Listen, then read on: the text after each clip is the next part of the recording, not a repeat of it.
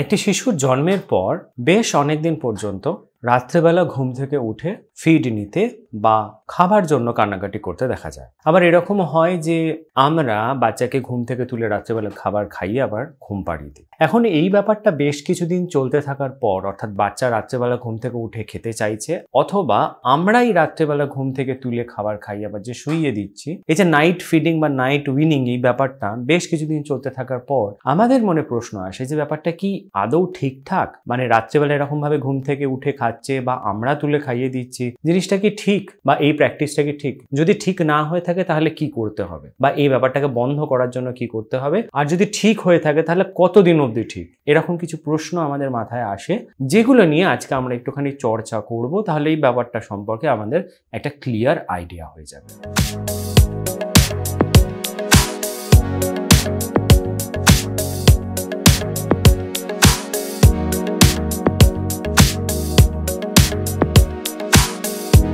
Night feeding বা night winning, অর্থাৎ রাত্রেবেলা ঘুম থেকে উঠে এই যে খাবার ব্যাপারটা, এই ব্যাপারটা কতটা প্রয়োজনীয়, এটা যদি আমরা বুঝতে পারি বা আলোচনা করি তাহলে আমরা বুঝতে পারবো এটা ভালো না খারাপ। দেখুন, একটা বাচ্চা জন্মানোর পর তার স্টমাক বা পাকস্থলীর ক্যাপাসিটি বা ক্ষমতা, খাবার ধরার ক্ষমতাটা খুব কম থাকে, যার জন্য তাকে 2-3 ঘন্টা বাদে বাদে খেতে হয়। যখন 2-3 ঘন্টা বাদে বাদে তার খিদে পায় তখন সে কান্না করে বা চিৎকার করে বা মুখের বিভিন্ন অঙ্গভঙ্গিমা করে তার যে হাঙ্গার বা খিদে পেয়েছে, ক্ষুধা, এ ব্যাপারটাকে প্রকাশ করে। এখন এই ব্যাপারটা, এই যে বেশ কিছুক্ষণ বাদে বাদে, নির্দিষ্ট সময় বাদে বাদে এই যে খাবার, এই ব্যাপারটা তো 6 মাস অবধি চলতেই থাকে। অনেক বাচ্চার ক্ষেত্রে 1 বছর অবধিও চলতে দেখা যায়। এখন সময়টা যেহেতু নির্দিষ্ট, অর্থাৎ কিছুক্ষণ বাদে বাদে যে খিদে পাচ্ছে এটা যেহেতু নির্দিষ্ট, সেই জন্য রাত্রেবেলাও স্বাভাবিকভাবে ঘুম থেকে উঠে খাবার প্রবণতা বাচ্চাদের মধ্যে দেখা যায়। সব সময় যে এটা খিদে পেয়েই খাচ্ছে বা এটার প্রধান কারণ যে খিদে পেয়েছে সেই জন্যই উঠে খাচ্ছে, বা আমরাও যে খাওয়াচ্ছি তাকে রাত্রেবেলা ঘুম থেকে তুলে খাওয়াচ্ছি সেটার প্রধান কারণ যে এটাই যে খিদে পাচ্ছে সেটা নয়। এটার সঙ্গে বাচ্চার ব্রেন ডেভেলপমেন্ট, বডির অন্যান্য যে সমস্ত বডি ইন্টারনাল অর্গ্যানসগুলো আছে, বডি পার্টসগুলো আছে, সেগুলোর ম্যাচুরিটি বা ডেভেলপমেন্ট, মায়ের সঙ্গে বাচ্চার ইমোশনাল বন্ডিং, মায়ের শরীরে হরমোনাল ব্যালেন্সে আসা, মায়ের শরীরে ব্রেস্ট মিল্ক তৈরি হওয়া, বাচ্চার ব্রেন ডেভেলপমেন্ট, সাইকোলজিক্যাল ডেভেলপমেন্ট বা কগনিটিভ ডেভেলপমেন্ট, এরকম অনেক কিছু যুক্ত।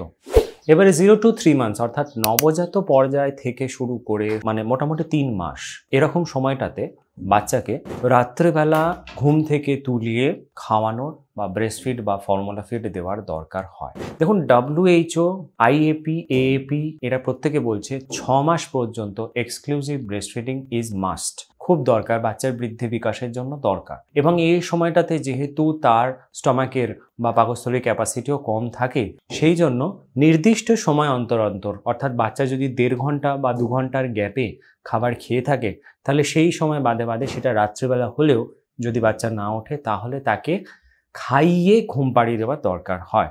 এর পেছনে 2-3টে কারণ আছে। প্রথম কারণটা হচ্ছে যে তার ব্লাড সুগার লেভেলটা যাতে বজায় থাকে। যদি ব্লাড সুগার লেভেল একটা বাচ্চার ক্ষেত্রে কমে যায়, আমাদের শুনতে অবাক লাগছে, যদি কমে যায় তাহলে কিন্তু মারাত্মক কিছু হতে পারে, যাতে ব্লাড সুগার লেভেলটা বজায় থাকে। দ্বিতীয় হচ্ছে যে তার যে বডির ডেভেলপমেন্ট হচ্ছে, বৃদ্ধি বিকাশ হচ্ছে শরীরের, সেটা পুরোদমে যেহেতু চলতে থাকে, সেই জন্য তার নিউট্রিশনাল রিকোয়ারমেন্ট বা পুষ্টিগত যে চাহিদা সেটাকে পরিপূরণ করার জন্য এই ফিডিংটা বা রাত্রেবেলা ঘুম থেকে তুলে ফিডিংটা বা খাওয়ানোটা দরকার হয়। তবে রাত্রেবেলা খাওয়ানোর ক্ষেত্রে 0 to 3 মান্থস বাচ্চাদের ক্ষেত্রে খাওয়ানোর ক্ষেত্রে সেফলি কোলে রেখে বাচ্চাকে খাওয়ানো, মাথাটাকে একটুখানি উঁচুতে রেখে খাওয়ানোর পরে বার্প করানো বা ঠেকুর তোলানো, এবং তারপরে বিছানাতে সঠিক পোজে শোয়ানো, যাতে মাথাটা একটু ওপরের দিকে থাকে, সেইগুলোকে খেয়াল রাখাটা খুব দরকার। কারণ এই সময় যদি এই ব্যাপারগুলোকে খেয়াল না রাখা হয় তাহলে SIDS বা সাডেন ইনফ্যান্ট ডেথ সিনড্রোমের সম্ভাবনাও থাকে। সেই জন্য সেফটি মেজারগুলো করাটা খুব দরকার হয়। তবে বাচ্চার বয়স যখন 4 থেকে 6 মাস, অর্থাৎ এই 3 মাস বয়সটা পেরিয়ে যায়, তখন অনেক সময় দেখা যায় যে বাচ্চা 5 থেকে 6 ঘন্টা ঘুমাচ্ছে।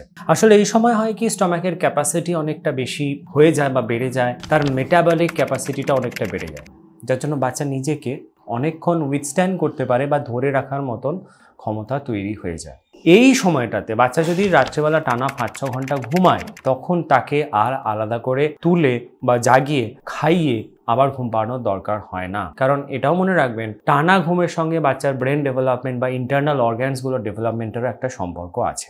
তবে হ্যাঁ, একটা শর্ত আছে যে এই সময় যদি বাচ্চা দিনের বেলাতে সারা দিনে যথেষ্ট ফিড নেয়, বাচ্চা যদি অ্যাক্টিভ থাকে এবং রাত্রেবেলা যদি 5 থেকে 6 ঘন্টা ঘুমায় টানা, তবেই তাকে রাত্রেবেলা আলাদা করে তুলে বা জাগিয়ে খাওয়ানোর দরকার হয় না। তবে এখানে একটা শর্ত বলে রাখি, এখানে একটা ব্যাপারও বলে রাখি, শর্ত না একটা ব্যাপারও বলে রাখি যে এই সময়ও যদি বাচ্চা ঘুম থেকে উঠে খেতে চায়, এই এতগুলো ব্যাপারের পরেও যদি খেতে চায়, তাহলে কিন্তু তাকে বাধা দেবেন না। তার ফিডিং কিউজ বা এই যে খিদে পাওয়া বা সে যে একটা নিড চাইছে কিছু, এই ব্যাপারটাতেও অনেক সময় অনেক ব্যাপার স্যাপার সম্পর্কযুক্ত, যেমন সিকিউরিটি, যেমন ওয়ার্মথ, যেমন একটু আগে বললাম ইমোশনাল বন্ডিং, একটু সুদিং অনুভূতি বা কাছে পাওয়া, এরকম অনেক ব্যাপার স্যাপারও সংযুক্ত।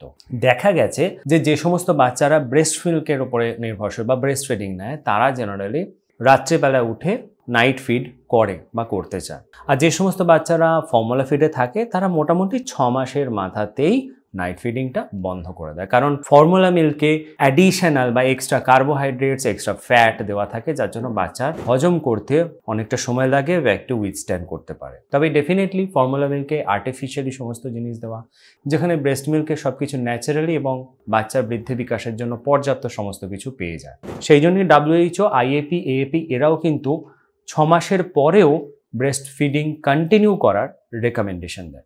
এখন প্রশ্ন হচ্ছে যে নাইট ফিডিং আমি কখন বন্ধ করতে পারবো? নাইট ফিডিং বন্ধ করার কিছু শর্ত আছে বা কিছু কন্ডিশন আছে, যেগুলো যদি আমি বাচ্চার মধ্যে দেখতে পাই, তখন আমি সিদ্ধান্তটা নিতে পারি যে নাইট ফিডিং বা রাত্রেবেলা ঘুম থেকে তুলিয়ে খাইয়ে আবার ঘুম পাড়ানো, এটাকে বন্ধ করতে পারি বা এটাকে স্টপ করে দিতে পারি। প্রথম হচ্ছে বাচ্চার ওজন যদি সঠিক হারে বাড়তে থাকে, জন্মের সময় যে ওজনটা ছিল 6 মাসে গিয়ে যদি দ্বিগুণ হয় আর 1 বছরে গিয়ে যদি 3 গুণ হয়, তার মানে সঠিক হারেই ওজনটা বাড়ছে। 2 নম্বর শর্ত হচ্ছে বাচ্চা যদি দিনের বেলায় যথেষ্ট পরিমাণ ফিডিং নিয়ে থাকে, সেটা ব্রেস্ট মিল্ক অথবা ফর্মুলা মিল্ক। যদি 6 মাসের নিচে হয়ে থাকে তাহলে ব্রেস্ট মিল্ক অথবা ফর্মুলা মিল্ক, 6 মাসের ওপরে হয়ে থাকলে ব্রেস্ট মিল্ক বা ফর্মুলা মিল্ক এবং তার সঙ্গে কমপ্লিমেন্টারি ফিডিং, যেটা বাইরের খাবার আমরা শুরু করে দিই, সেটা যদি যথেষ্ট নিয়ে থাকে এবং রাত্রেবেলা টানা যদি 5-6 ঘন্টা বাচ্চা ঘুমায়, তাহলে তাকে ঘুম থেকে তুলিয়ে খাইয়ে আবার ঘুম পাড়ানোর দরকার নেই, অর্থাৎ নাইট ফিডিংটা আমরা বন্ধ করতে পারি। কিন্তু এখানে কথা হচ্ছে যে আমরা কিভাবে বন্ধ করব।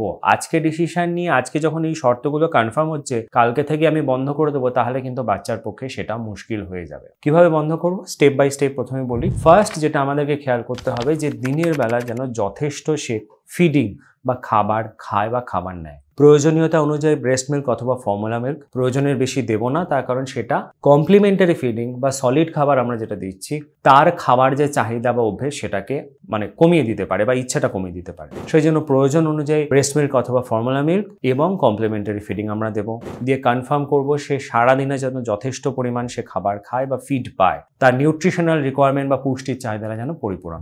2 নম্বর জিনিস হচ্ছে যে ড্রিম ফিডিং বা রাত্রিবেলা যে খাওয়ানো, ড্রিম ফিডিং করাবো। ড্রিম ফিডিং মানে বাচ্চাকে ঘুম পাড়ানো অবস্থাতেই তাকে ফিড দেওয়া, কিন্তু এক্ষেত্রে কনফার্ম করতে হবে যে বাচ্চার মাথাটা যেন উপরের দিকে থাকে, মা যেন সজাগ থাকে, বাচ্চার খাওয়া হয়ে গেলে তারপরে ঢেকুর তোলানো, মাথাটাকে তুলে রাখা, ঘরে যতটা সম্ভব লাইট না থাকলে ভালো হয় আর কি, যতটা না রাখা যায়, যদি না লাইট অফ হয় তাহলে তো খুবই ভালো।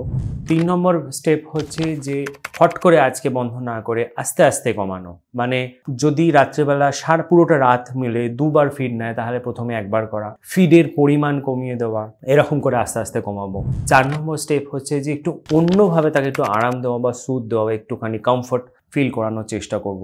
তাকে ফিডিং না দিয়ে কোলে নিয়ে একটুখানি ঘোরা, পিঠ চাপড়ানো, একটুখানি দোল দেওয়া, গান শোনানো, এগুলো করে তাকে কমফর্ট করার চেষ্টা করব।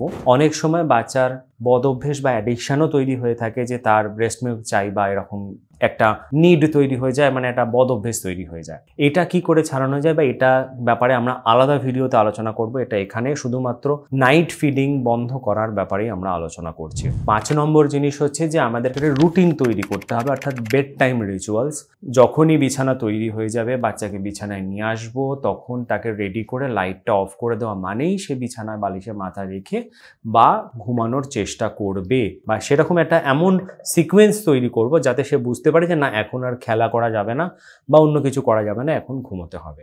এই রুটিন যখন সেট হয়ে যাবে তখন তার ফিডিংয়ের যে রিকোয়ারমেন্ট বা নাইট ফিডিংয়ের যে প্রয়োজনীয়তা সেটা আস্তে আস্তে কমবে। বাচ্চাও মেন্টালি রেডি হবে যে না তাকে ঘুমাতে হবে। এবারে এটাও বলে রাখি যে কিছু কিছু ক্ষেত্রে নাইট ফিডিং কন্টিনিউ করার দরকার হয়। যে সমস্ত বাচ্চা প্রিম্যাচিওর, যে সমস্ত বাচ্চার বার্থ ওয়েট কম ছিল, তাদের ক্ষেত্রে ডাক্তাররা নাইট ফিডিং কন্টিনিউ করতে বলে। অর্থাৎ দিনের মধ্যে যে নির্দিষ্ট ব্যবধানে খাবারটা তাকে দেওয়া হচ্ছিল সেটা রাত্রেবেলাও যেন বজায় থাকে সেটা করতে বলে দেয়। অথবা বিশেষ বিশেষ ক্ষেত্রে কিছু কিছু বাচ্চাদের জন্য ডাক্তার এটা রেকমেন্ড করে দেয় যে নাইট ফিডিং যেন কন্টিনিউ করা হয়। সেক্ষেত্রে আমরা আলাদা করে ডাক্তার না বললে আমরা বন্ধ করব না। এবং আরেকটা পরিস্থিতি হলো যে দিনের বেলায় যদি কোনো সময় বাচ্চা সাফিসিয়েন্ট খাবার না খেয়ে থাকে, সেটা অসুস্থতার কারণে হতে পারে বা অন্য কোনো কারণে হতে পারে, সেক্ষেত্রে আমরা নাইট ফিডিং দেবো বা রাত্রে ঘুম থেকে তুলে খাবার খাইয়ে আবার বাচ্চাকে ঘুম পাড়িয়ে দেবো। কিন্তু সেফটির যে ব্যাপারগুলো বলছিলাম সেফটিগুলো বজায় রাখতে হবে। তো এই হচ্ছে মোটামুটি কমপ্লিট একটা আইডিয়া যে নাইট ফিডিং কেন, কোথায় কখন প্রয়োজনীয়, কোথায় কখন প্রয়োজনীয় নয় এবং কিভাবে আমরা বন্ধ করতে পারবো। বাচ্চাদের ব্রেস্ট মিল্ক নিয়ে যে অ্যাডিকশন বা বদঅভ্যাস জিনিসটা তৈরি হয় সেটা নিয়ে আমরা আলাদাভাবে আলোচনা করব, সেটাকে কি করে ম্যানেজ করতে পারি। এই ভিডিওতে শুধুমাত্র নাইট ফিডিং এর ব্যাপারেই আমরা আলোচনা করলাম। ভিডিওটা ভালো লাগলে একটা লাইক করে দেবেন, চ্যানেলটাকে সাবস্ক্রাইব করে বেল আইকনে প্রেস করে অল নোটিফিকেশনে ক্লিক করে দেবেন, তাহলে নেক্সট আপডেটগুলো আপনাদের কাছে আসতে থাকবে। এবং প্লিজ ভিডিওটা শেয়ার করে নতুন বাবা মায়েদের কাছে পৌঁছে দেবেন যাতে তাদেরও কাজে লাগতে পারে।